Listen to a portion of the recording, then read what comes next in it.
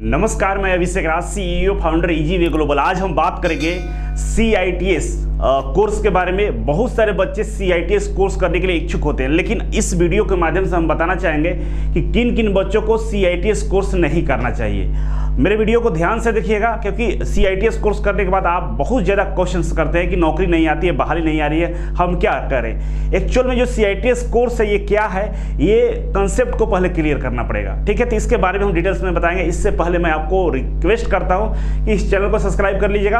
आपके future planning को लेकर हम बहुत ज़्यादा सीरियस होते हैं और बहुत सारे ऐसे वीडियो के माध्यम से हम आपको गाइड करने का काम करते हैं। ये चैनल केवल सिर्फ जॉब नोटिफिकेशन के लिए नहीं है, आपके करियर ग्रोथ के लिए काफ़ी इंपॉर्टेंट चैनल है। अगर आप ITI किए तो इस चैनल से जुड़े रहिए और इसको शेयर करते रहिए कि बच्चे मिसगाइडेड ना हो।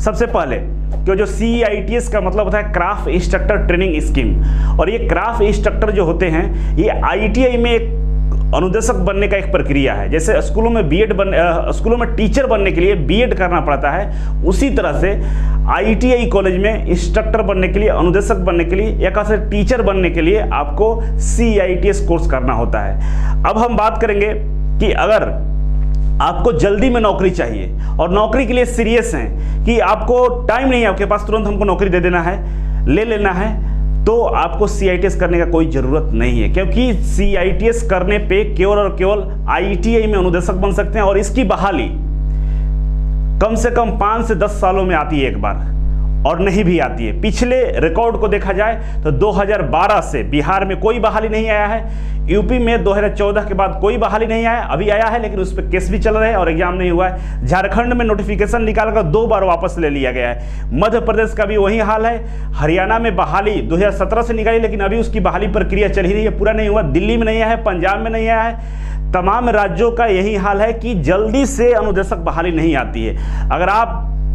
किसी के बहकावे में, किसी को देखकर जल्दीबाजी में CITS कर लेते हैं तो आप इस बात के लिए तैयार रहिए कि जल्दी से कोई नौकरी नहीं आता है। आपको सेल्फ डेवलपमेंट करना होगा।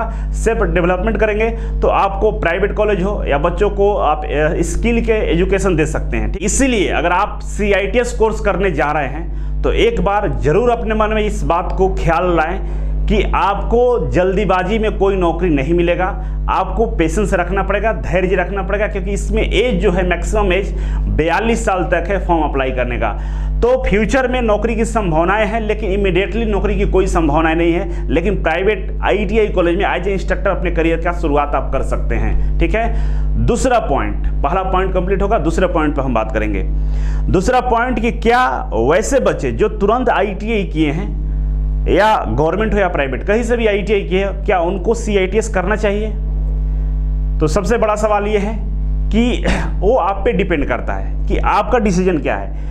जैसे आप तुरंत ITI किए हैं, आपके पास एक्सपीरियंस नहीं है, आप CITS के लिए जाते हैं, तो आपको वहाँ पर 2 फायदा होगा। पहला कि अगर आपको स्किल नहीं आता होगा तो स्किल इंप्रूवमेंट वहाँ पे हो जाएगा। समय मिलता है, बहुत सारे मशीनरी है, अगर आप सीरियस रहेंगे तो स्किल इंप्रूव कर सकते हैं। दूसरा, वहाँ पे सैटरडे संडे छुट्टी होता है और उसको आप पढ़ने में समय लगा सकते हैं, अपने कॉम्पिटिटिव एग्जाम की तैयारी में लगा सकते हैं। और वहाँ का जो सिलेबस है, जो ITI का सिलेबस है और वहाँ का CITS का सिलेबस लगभग 80 से 90% सेम होता है। तो आपको गवर्नमेंट जॉब की तैयारी के लिए अलग से कोई पढ़ने का जरूरत नहीं पड़ता, स्टडी करने की जरूरत नहीं पड़ता, वहाँ पढ़ सकते हैं। ये तो इसका पॉजिटिव थिंग हो गया। अब निगेटिव समझ लीजिए, अगर आपको अपने सब्जेक्ट पर पकड़ है, आपको स्किल अच्छे से आती है, तो फिर CITS में जाने का कोई ज़रूरत नहीं है। आप तुरंत immediately metro, railway, ISRO, DRDO तमाम जो फॉर्म आते हैं गवर्नमेंट जॉब, उस पर फोकस कीजिए और नौकरी ले लीजिए।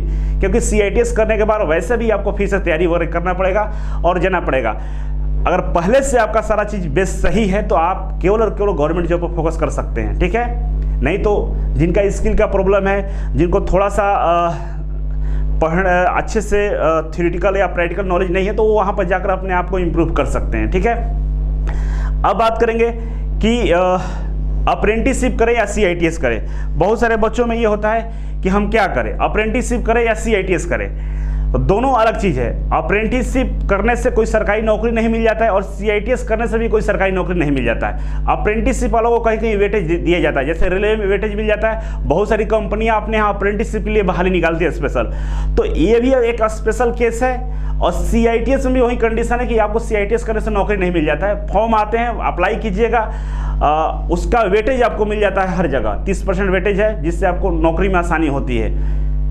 अब ये दोनों में से कौन बेहतर है ये आप डिसाइड करेंगे। आपको क्या करना है, आपको टीचर की क्वालिटी डेवलप करना है, आपको ITI में इंस्ट्रक्टर बनना है, फ्यूचर में एजुकेशन लाइन में जाना चाहते हैं तो CITS बेटर है।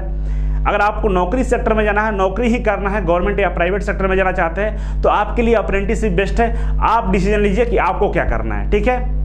नेक्स्ट हम बात करेंगे कि जो बच्चे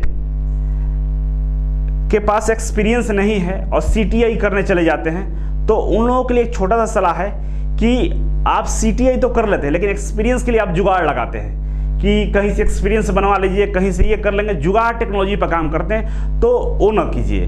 आप ITI करने के बाद या डिप्लोमा या BTech करने के बाद आप सबसे पहले एक्सपीरियंस लीजिए, क्योंकि ITI के लिए 3 साल एक्सपीरियंस मांगा जाता है, अनुदेशक भर्ती के लिए, डिप्लोमा के लिए 2 साल और BTech के लिए 1 साल। तो आपके पास अगर एक्सपीरियंस रहेगा और इसके बाद CITS कीजिएगा तो तुरंत आपको कहीं भी फॉर्म आता है भरने का मौका मिल जाता है। लेकिन अगर आप CTI पहले कर लिए, बाद में एक्सपीरियंस के लिए आप कोई कहीं काम कर रहे हैं या दौड़ धूप रहे हैं, फिर जुगाड़ में लगे हुए एक्सपीरियंस बनवा ले तो वहाँ पर थोड़ा सा मुश्किल होता है। लेकिन आप खैर ये अलग बात हो गई, आप CTI कर सकते हैं एक्सपीरियंस से पहले भी और एक्सपीरियंस के बाद भी, इसमें कोई दो राय नहीं है। तो अब मुझे लगता है कि आप क्लियर आपका हो गया होगा कि आपको CTI करना चाहिए या नहीं करना चाहिए, क्योंकि सबसे बड़ा मेजर प्रॉब्लम है कि अभी तक इसमें जो बहाली होनी चाहिए बड़े मात्रा में, बड़े लेवल पे आता तो है लेकिन कभी भी कहीं भी क्लियर अभी तक नहीं हुआ है। पिछले हम 5 से 10 सालों का रिकॉर्ड आपको हम बता रहे हैं। तो ये था CITS का मैटर, जो बहुत सारे बच्चे उलझन में थे।